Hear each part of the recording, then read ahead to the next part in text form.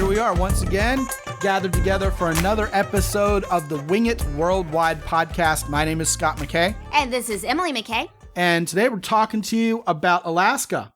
Oh, I love Alaska. It's like a playground of Winterland.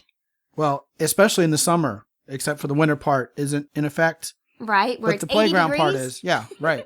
Oh, yeah. I mean, we were at the Arctic Circle. It was 85 degrees. Unreal. That is unreal. That's unusual. Today we're talking specifically about Fairbanks. Yes, the northern slope of Alaska from Fairbanks north, which is a lot of fun to talk about. We went in mid-August. Mm-hmm.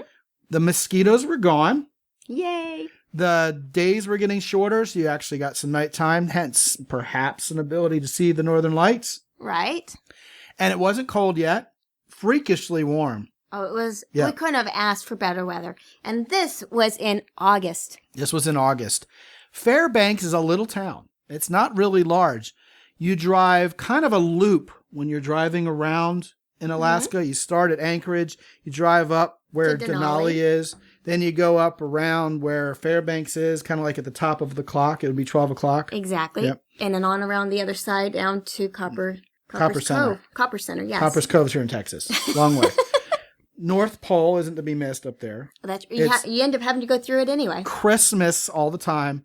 I couldn't live there. Matter of fact, we saw these people who were doing like house hunters. Yes, and that's where they were moving. They were moving to, Christmas, Alaska. yeah, North Pole, Alaska. Too much Christmas all the time. I mean, putting up the tree once a year seems like it comes too soon every year. Speaking of Christmas trees, it's about time to take ours down. Probably, yes. But, I mean, candy canes for street lights. It's a little much. Reindeer. I mean, they have like reindeer, real reindeer. But it's a cool little town. It's Right. cool to visit. I wouldn't want to live there.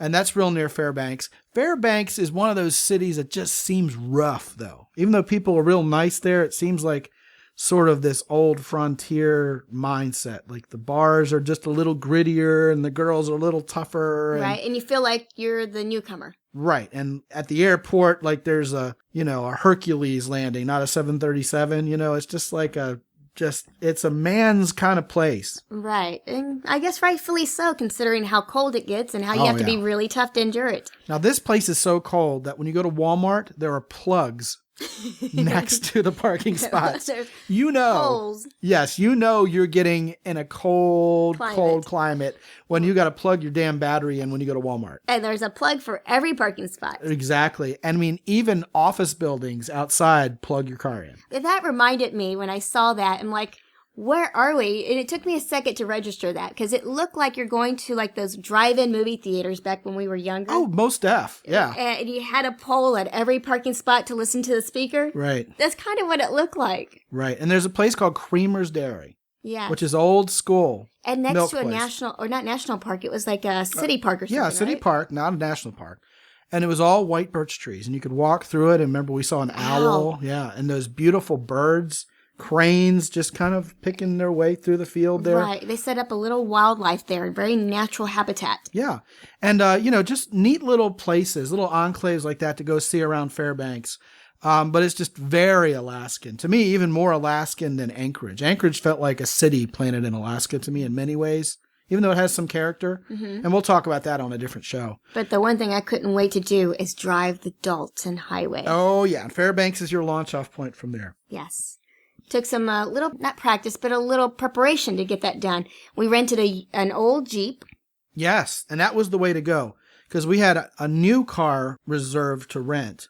And as it turns out, they don't want you on unpaved highways in Alaska. They gave our car away. And then they gave our car away while we were deliberating about They it. tricked me into that. Those bastages. And so we were left, You scrambling. left to go check another place to rent a car because they wanted to charge you too much for insurance. Yeah, and then if you break the windshield, they were going to charge you $800 for the windshield. So the guy turns to me, so what do you want? Are you keeping the car or not? I need to know right now. And I'm like, I don't know. I got to know right now. Do you want So the I'm like- car? and Do I'm you like, want well- it forever? Do you need it? You're fixing to go rent a car somewhere else. I'm like, well, okay, I guess. And And it was gone, and I was livid. I didn't even say yes. We were I don't suddenly had all these plans to drive around Alaska for 10 days and nothing no to drive. car. Yeah. So and we got dropped off by a taxi, too, to right, get there. exactly. So they knew they had us by the short hairs. But And the next car would have been $300 or $400 to rent. I know. Or $200 More. a day or something. Something it was like crazy. Crazy talk. Stabbed us hard. Yeah, because I had gotten a good deal on it. I'd gotten a you special got it for deal. like $40 a day or something. Something crazy. It was gone. Importantly, it was gone. So I went next door, and this guy, this New York guy, turned out to be a good guy, but he was a real hard ass up front, ran this used car rental place. And he was trying to get me $1,000 for this beat up piece of crap, a Jeep Liberty, right? We'll have to put the details in the blog. Yeah. And you can see pictures of it on the blog and in the video. That was the way to go. Oh, it was the way to go. I learned to love that little truck. Go on. And so we did what they told us to do. We went to the store, that same Walmart where you plug up outside in the winter, and bought like 4 plastic gas cans, filled them up with petrol, and away we went up to the Arctic Circle on the Dalton Highway. Right, Ice Road truckers made it famous. Probably should have put it on top of the truck rather than in the truck. Yeah, it kind of had some fumes going. We did fine. Your tuna sandwiches taste, strangely of gasoline. Driving with windows down. Driving with the windows down. Which is really nice when the trucks drive by and spray you with a bunch of gravel, But anyway, when we rented the truck, remember that old guy was telling us, oh, don't drive up the Dalton. You'll only be able to go 10 miles an hour and you'll blow 5 tires. And, you like bugs, he said to you. But I'd already done the research. I know. And, summertime, it's not an issue. No. So we get to the Dalton Highway and you're thinking, Ice Road truckers, this is going to be a huge adventure. There's only one gas station between there and 120 miles up where the Arctic Circle is. And we were trying to call it, and it was a fast, busy signal. And people were like, oh, they might not be even open, and they might have run out of gas. This is real dangerous. Turns out they were open.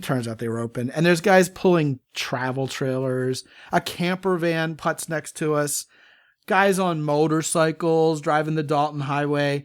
And we're going 65, 70 miles an hour the whole time. Right. Oh, we were laughing. We were woohoo. So it was a minor adventure to go there. Made it to the Yukon. Yeah, made it to the Yukon River, which was really, really high. They have a national park there, or actually a national service place. Yes, that's the lady's there. You can buy some souvenirs there. She worked for the National Park Service. And she was driving a Mazda. And she said, oh, I've been working here 2 years. I've only blown one tire the whole time. Don't know where you were hearing that. So. In other words, don't take my damn truck up the Dalton Road. Right. Just wanted to scare us. And that guy was going to cheat us out. I was like reconsidering because no, it's safe. Really, I've done all the research. It's fine. You and our oldest daughter, Danny, my oldest daughter, Danny, were with us, and I was protecting my gals. I was like, I don't want this to, be a bad experience. But you wanted to go. I wanted to go. Danielle wasn't going to be denied. And we were glad we did. Made it to the circle. We get to the Arctic Circle, and what do we see? 2 80-year-old retirees handing out certificates. Right. We have our certificate. We made it to the circle. And get this, they drove there in a Hyundai. It's like 80-year-old people are driving to the Arctic Circle to volunteer in a Hyundai, and we're not supposed to drive there because it's so dangerous, Right. 80 degrees. The fireweed is in full bloom. This purple, reddish weed that's beautiful in Alaska. And so we kept driving. We drove another 12, 15 miles above the Arctic Circle to the next pipeline station. Right. There's another spot where you could park and have this beautiful vista that goes for miles. And you can see the refinery, the little town that some of the people live in. Well, it's not a refinery. It's a pumping station. But there's houses down there. Yeah. And you can see this little, sort of like a mini little town. Where the people who work there live. Exactly. And this gorgeous, backdrop. It just the mountains can't be missed. Yeah. It'd be great to drive all the way up to the bay. We just didn't have enough time. And remember what caused us to want to go there? We were in Denali. And this old retired couple said, oh, yeah, we just drove all the way up the Dalton in the back in our camper. And they're showing us pictures. And, oh, no, there's no problem. And we were looking at each other like we've been had by that guy who rented us the car.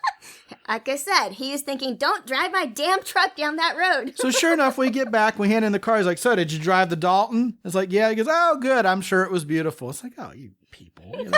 Bite it.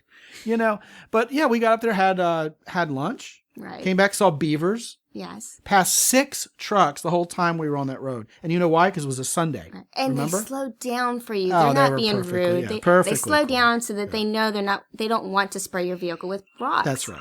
Well, that's crickets. Oh, real quick, last point. I'm glad we rented the used truck because if we had gotten a star in our windshield, we could have repaired it. $50 to repair a windshield star. No big deal. You never would have noticed. Right. Now, on a rental car from They'll like one of notice the popular places, they have a rule. As a matter of fact, no one's allowed to fix their cars. They insist that you are not allowed to repair it. They have to do it, which is an extra $200 or $300. Oh, used Jeep was the way to go. Oh, and importantly, driving around the interior of Alaska has to rock over doing the float around of the Inside Passage. Right. Most definitely. Yeah. Most definitely. It's the way to go.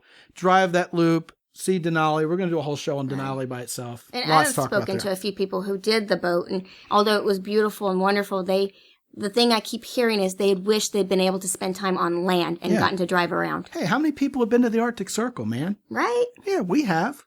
Woohoo. If you like the show, please leave us a 5-star review. If we're inspiring you to go on adventures yourself, we're just normal people. Right? We just decided to do that. That's it was the only affordable. difference. There's a way to do it on a dime. That's right. We show you all of that on the blog at www.wingitworldwide.com. Put a /podcast in front of that. You'll see the show notes for this. We got lots of pictures. You can see our red Jeep, see pictures of us gallivanting at the Arctic Circle, and lots of tips on how to get there. Most of our blog posts have tips and tricks on how to do it on the cheap. We're very aware of your need to do that. Not everybody's a multi-billionaire, and people who are multi-billionaires are too busy running multi-billion-dollar businesses to do this anyway. Right. So if you like what you see, like I said, leave us a review. Talk to us, Scott and Emily at wingitworldwide.com. We're answering our emails, reading them. We'd love to hear from you. Love to hear from you. Give us all your ideas that you have for shows. And until we talk to you again real soon, this is Scott. And this is Emily. Be good.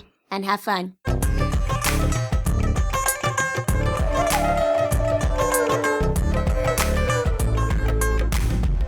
The Wing It Worldwide podcast is copyright X and Y Communications. All rights reserved worldwide. Remember, you can go to the show notes page at www.wingitworldwide.com/podcast. There you'll find out much more about all the destinations talked about by Scott and Emily on this show. Remember, if there's anything left out that you wanted to hear, chances are you'll find it there. It's all at www.wingitworldwide.com/podcast. This is Ed Roy Odom speaking for the Wing It Worldwide podcast. Until next time, be good and have fun.